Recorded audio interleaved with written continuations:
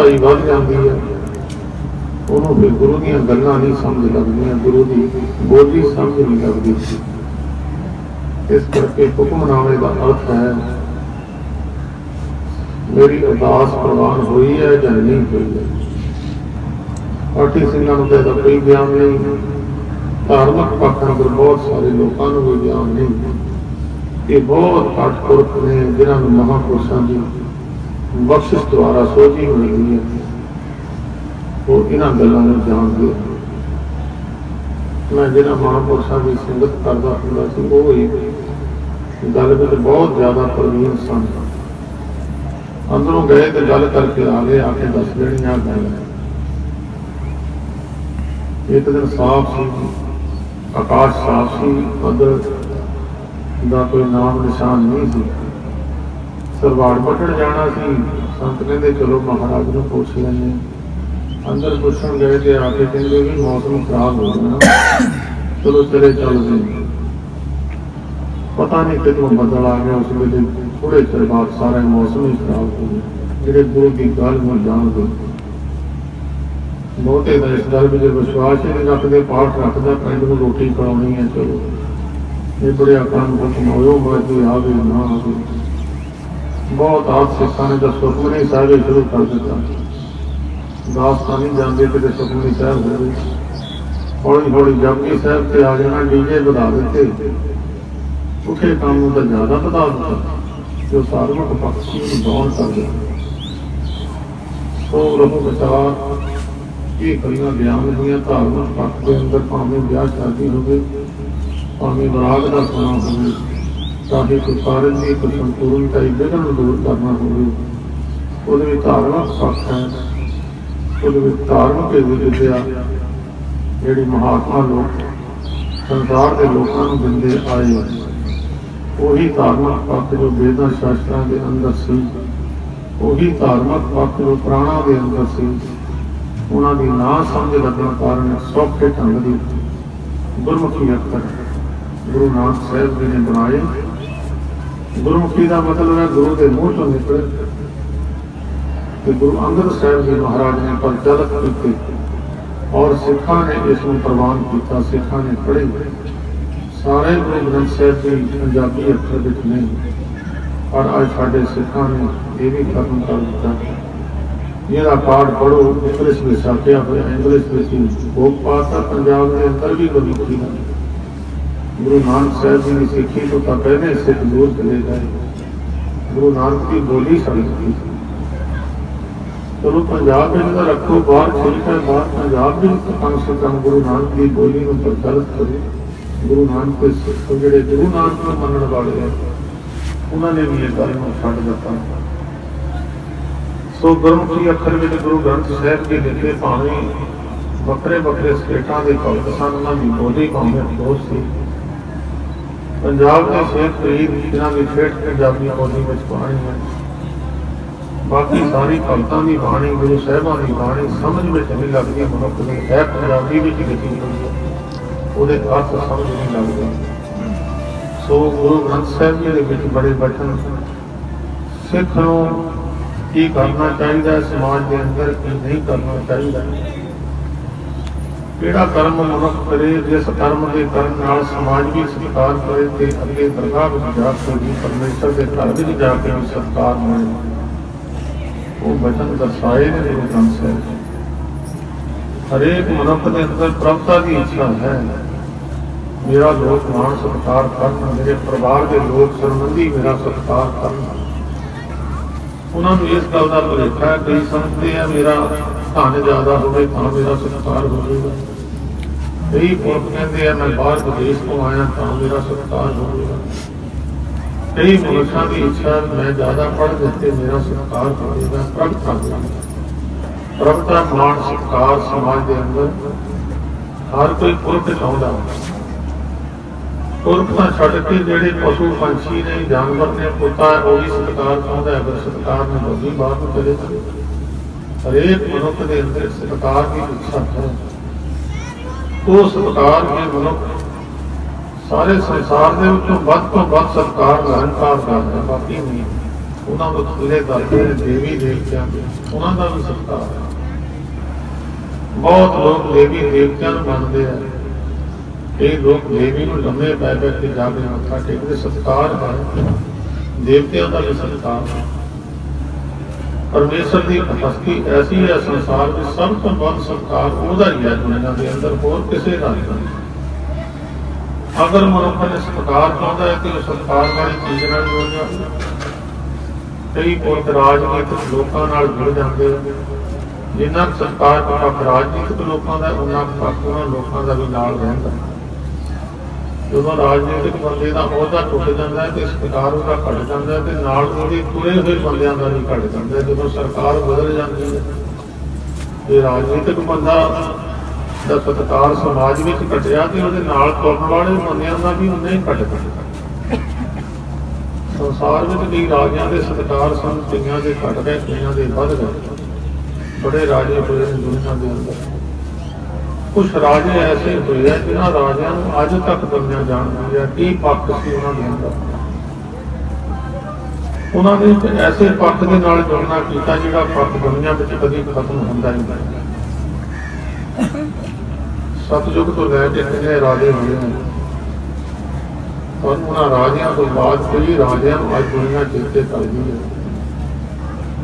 ਤ੍ਰੇਤੇ ਯੁੱਗ ਵਿੱਚ ਰਾਜਾ ਜਨਕ ਹੋਇਆ, ਉਹਨਾਂ ਨੂੰ ਦੁਨੀਆ ਜਾਣਦੀ ਹੈ। ਬਾਕੀ ਰਾਜੇ ਬੜੇ ਹੋਏ ਹੋਣਗੇ ਤ੍ਰੇਤੇ ਯੁੱਗ ਵਿੱਚ। ਰਾਮ ਜੀ ਮਹਾਰਾਜ ਹੋਏ, ਉਹਨਾਂ ਨੂੰ ਦੁਨੀਆ ਜਾਣਦੀ, ਰਾਜੇ ਸਨ, ਪਰ ਉਹ ਕਿਸੇ ਐਸੇ ਪੱਖ ਨਾਲ ਜੁੜੇ। ਰਾਜਾ ਤੋਂ ਉਹਨਾਂ ਚਿਰ ਸਤਿਕਾਰ ਹੈ ਜਿੰਨਾ ਚਿਰ ਰਹਿੰਦਾ, ਜਦੋਂ ਖਤਮ ਹੋ ਜਾਂਦਾ ਸਤਿਕਾਰ ਘਟ ਜਾਂਦਾ। ਜਦੋਂ ਜਾਣ ਤੋਂ ਬਾਅਦ ਵੀ ਸਤਿਕਾਰ।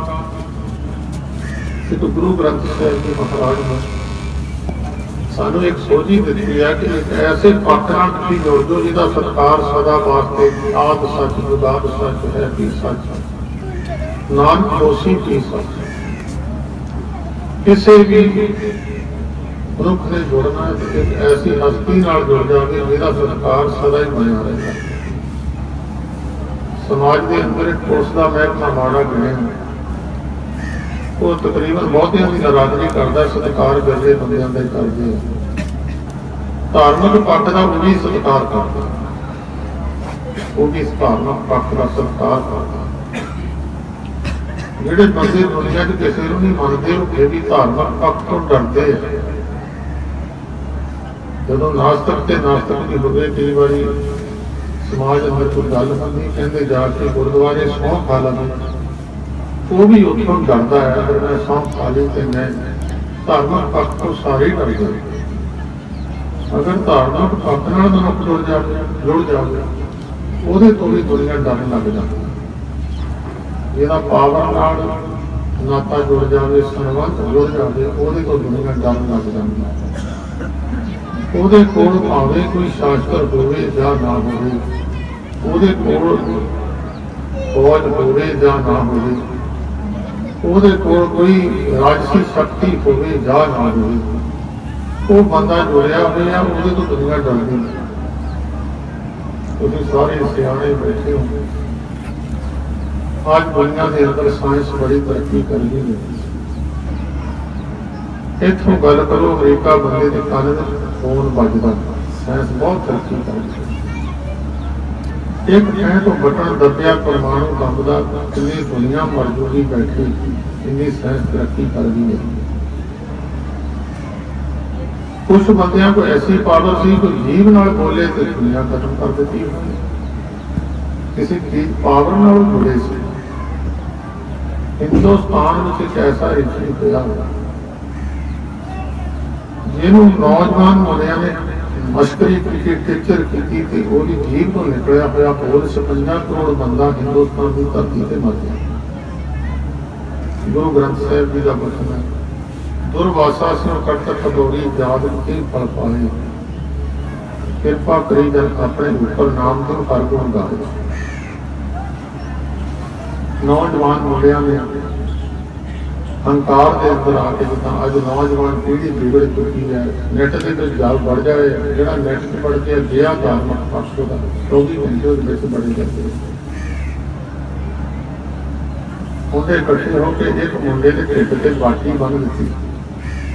ਬਾਟੀ ਸਮਝਦੇ ਹੋ, ਪੰਜਾਬੀ ਬੋਲੀ ਹੈ, कोई होली कह दिंदा, कोई बाटी कह दिंदा, कोई तसला कह दिंदा, कोई बट्ठा कह दिंदा, कोई लोहांडा कह दिंदा। ਉਹਦੇ ਛੋਟੇ ਜਿਹੇ ਰੂਪ ਵਿੱਚ ਇੱਕ ਮੁੰਡੇ ਦੇ ਢਿੱਡ ਤੇ ਬੰਨ੍ਹ ਕੇ ਉੱਪਰ ਚੱਟਾ ਪਾ ਜਿਹੜਾ ਸੰਤ ਆਵੇ ਉਹਨੂੰ ਨਰਾਦਰੀ ਕਰਨ। ਸੰਤ ਜੀ ਉਹਦੇ ਪੂਰੀਆਂ ਬੜੇ ਪਰਦੇ ਪਵਾ ਦਿੱਤੇ ਮੁੰਡੇ ਦੇ, 5-7 ਮਸ਼ਕਰੇ ਇਕੱਠੀਆਂ ਕਰਨ, ਟਿਚਰਾਂ ਕਰਨ। ਅੱਜ ਜਿੱਦਾਂ ਸਾਧੂ ਸਮਾਜ ਦੀ ਦੁਨੀਆ ਬੇਸਤਕਾਰੀ ਹੋ ਗਈ ਹੈ, ਦੁਨੀਆ ਸੰਤਾਂ ਤੋਂ ਨਿਸ਼ਰਗਤ ਹੋ ਗਈ ਹੈ। ਕੁਛ ਡੁਪਲੀਕੇਸੀ ਸਾਧੂ ਸਮਾਜ ਅੰਦਰ ਵੀ ਆ ਗਈ, ਉਹਨਾਂ ਨੂੰ ਦੇਖ ਕੇ ਲੋਕਾਂ ਨੇ ਕਿਹਾ ਸ਼ਾਇਦ ਸਾਰੇ ਹੀ ਇੱਦਾਂ ਦੀ ਹੈ। ਨਹੀਂ, ਕਦੀ ਵੀ ਧਾਰਮਿਕ ਪੱਖ ਖਤਮ ਨਹੀਂ ਹੋਇਆ। ਇਹ ਨਹੀਂ ਕਿ ਡੁਪਲੀਕੇਟ ਕਿਸੇ ਚੀਜ਼ ਦੀ ਬਣ ਜਾਵੇ, ਰਿਜ਼ਲਟ ਖਤਮ ਹੋ ਜਾਂਦੀ। ਡੁਪਲੀਕੇਸੀ ਬਣਦੀ ਉਹਦੀ ਹੈ ਜਿਹੜੀ ਰਿਜ਼ਲਟ ਹੁੰਦੀ ਹੈ, ਉਹਦੀ ਬਣਦੀ ਹੈ, ਹੋਰ ਕਿਸੇ ਦੀ ਬਣਦੀ। ਮੁੰਡਿਆਂ ਨੇ ਇਕੱਠੇ ਹੋ ਕੇ ਹਰੇਕ ਸੰਤ ਕੋ ਜਾਣ, ਮਹਾਰਾਜ ਸਾਡੀ ਭਰਜਾਈ ਆ, ਇਹਦੇ ਦੱਸੋ ਮੁੰਡਾ ਹੋਵੇਗਾ ਜਾਂ ਕੁੜੀ ਹੋਵੇਗੀ। ਜੇ ਕੋਈ ਸੰਤ ਹੁਣ ਸਾਰੇ ਤਾਂ ਨਹੀਂ ਦੱਸਣਾ, ਕਈ ਆਪਣੀ ਸ਼ਕਤੀ ਨੂੰ ਗੁਪਤ ਰੱਖਣਾ ਚਾਹੁੰਦੇ ਆ।